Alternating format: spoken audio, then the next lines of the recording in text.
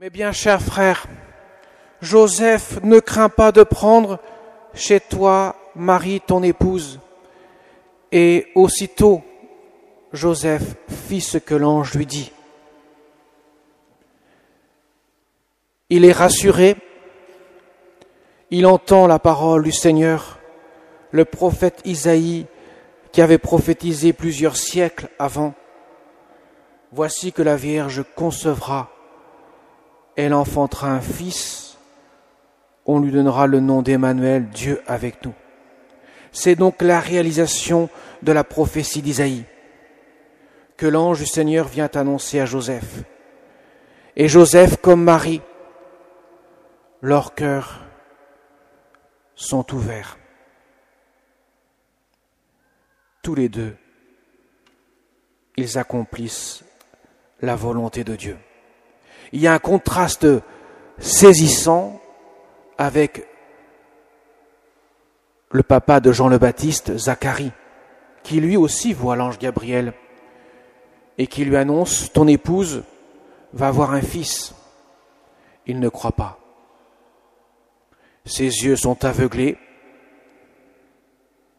sa bouche restera muette jusqu'à la naissance de Jean le Baptiste. Zacharie n'a pas cru, Joseph et Marie ont cru. Ils ont une confiance inébranlable en Dieu. Leur cœur est travaillé par la grâce de Dieu. L'œuvre de Dieu est en eux. Elle s'accomplit en eux. Dieu vient à la rencontre de deux personnages humbles parmi les humbles. Et ils accomplissent le plan de Dieu sans y mettre un seul bémol, sans une seule entorse, une seule barrière. Non, ils accomplissent pleinement ce que Dieu attend de lui, ce que Dieu attend d'eux, de Joseph comme de Marie. Mes chers amis, c'est ce que Dieu nous demande à chacun d'entre nous. La crèche de Bethléem, qui a vu naître le Sauveur, l'enfant Dieu, c'est l'œuvre de Dieu, mais qui ne s'est pas faite sans l'acquiescement de l'homme. Tout d'abord, le oui de la Vierge Marie, et ensuite, l'accomplissement de la volonté de Dieu en Saint Joseph. Si les deux, Marie et Joseph, avaient dit non, cela n'aurait pas été possible. Parce que Dieu ne peut pas s'imposer à l'homme. Et il va de soi que la crèche de Bethléem, bien qu'elle soit unique, comme un fait historique, il n'en demeure pas moins que Dieu veut la réaliser en chacun de nous, cette crèche. Il veut réaliser ce mystère de l'enfantement de Dieu en nous. Il veut vivre dans notre cœur. Et une fois encore, cela ne peut pas se faire sans l'acquiescement de la volonté de Dieu en nous. Dieu nous demande, nous avons eu 4 semaines pour nous préparer pour cela, à l'accueil de la grâce de Dieu dans notre cœur. Dieu nous demande, mon enfant, ouvre ton cœur, je veux y demeurer. Mais pour cela, il faudra se débarrasser de toutes les scories qui pullulent notre cœur, qui le polluent et qui empêchent Dieu de faire son œuvre en nous. Il faut se mettre sous le regard de la miséricorde de Dieu. Il faut faire la lessive de notre cœur, pas seulement de notre corps, mais de notre cœur.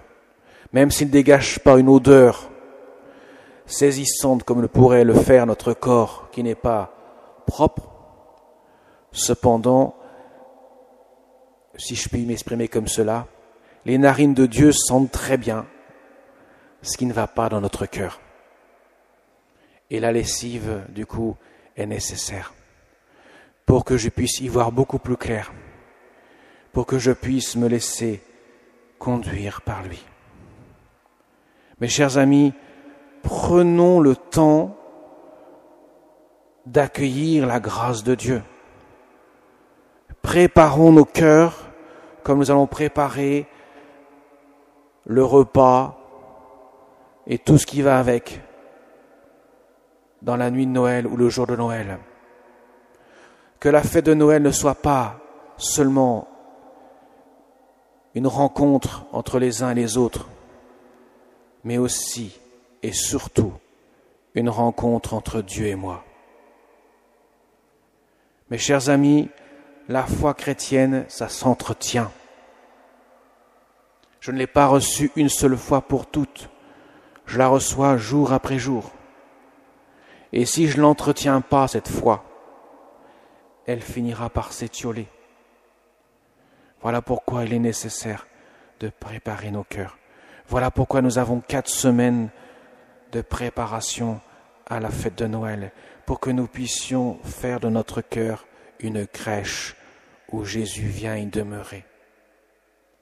L'exemple de Joseph et de la Vierge Marie que nous met devant nos yeux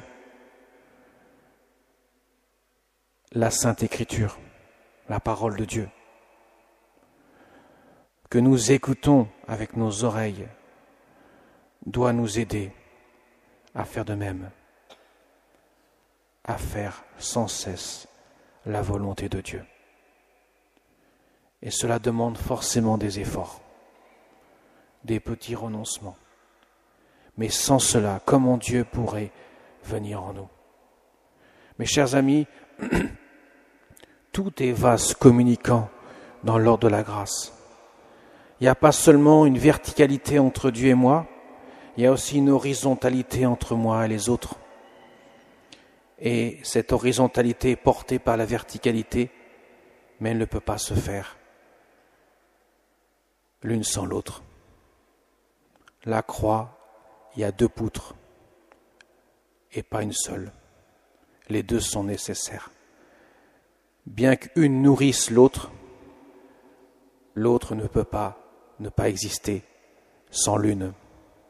Voilà pourquoi il est nécessaire, toujours, jour après jour, d'entrer dans ce mystère de l'abaissement que le Dieu a fait en venant dans la crèche et que Dieu a renouvelé de manière encore beaucoup plus profonde dans le mystère de la croix.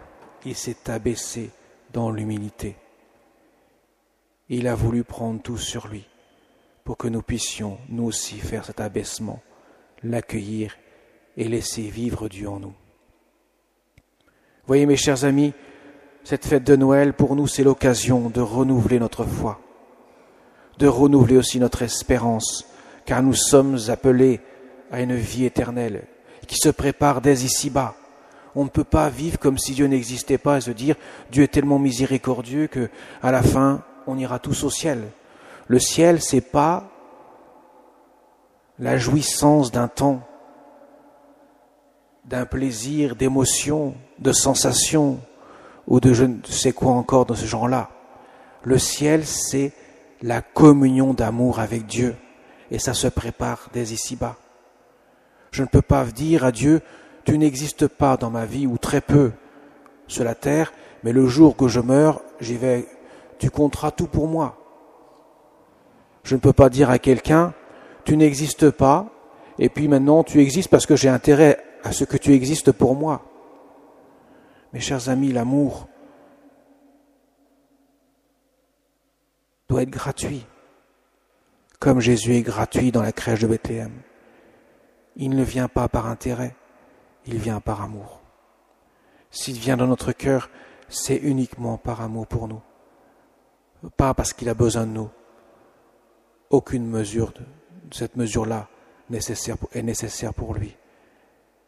Il veut nous donner parce qu'il nous aime, son amour. Alors demandons à ces quelques jours qui nous séparent de Noël, à la Vierge Marie, Saint Joseph, de nous aider à préparer notre cœur pour que Dieu puisse y trouver la volonté divine en acte en chacun de nous. Amen.